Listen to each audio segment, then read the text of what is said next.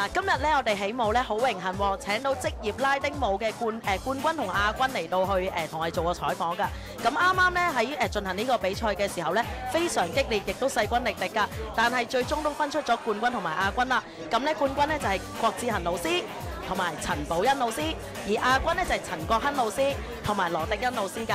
咁我哋咧不如訪問下佢哋，覺得今日佢發揮得最好嘅係邊一隻舞啊？咁我哋首先問咗阿郭志恒老師先。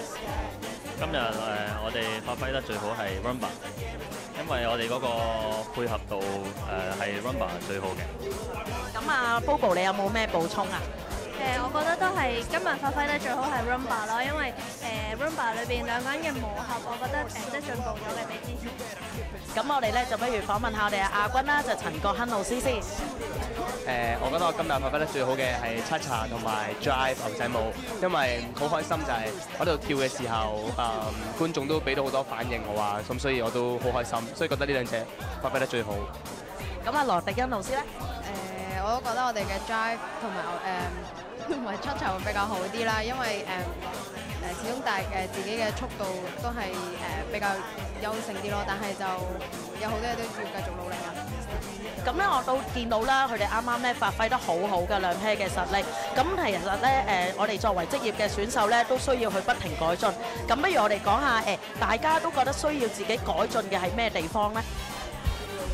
我覺得我哋仲要需要嘅改進嘅地方就係兩個人嗰個默契咯，我哋嗰個同埋嗰個磨合度要提高咯，再。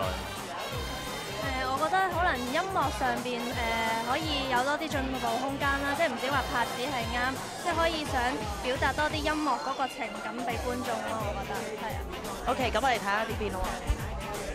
我覺得要改進嘅地方有好多，因為我同我 partner 都係比較新進啦，啱啱上職業，可能幾個月、2-3個月嘅時間啫，所以我覺得我同我 partner 需要好多時間去磨合啊，或者需要更加不斷去學習，更加努力咯。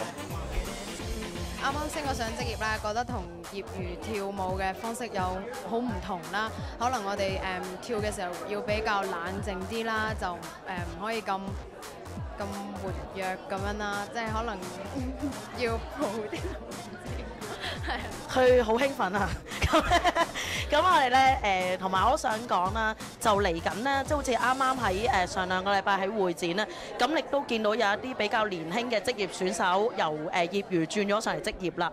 咁咧可能對而家我哋一班嘅職業嘅賽手都有啲衝擊啊。咁大家有冇覺得係有需要咩去俾一個計劃俾自己啊？或者諗緊未來嘅條路應該點樣行呢？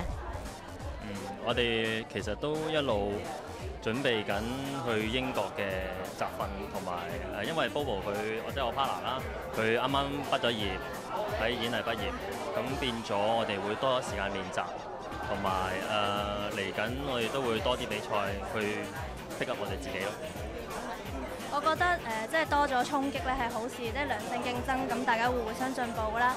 第二就係即係佢講話我啱啱畢業啦，咁我覺得要多啲練舞咯，勤力啲咯。咁同埋我哋短期嘅目標就係過英國進行一個特訓啊，咁上多啲堂，希望會多啲進步咯。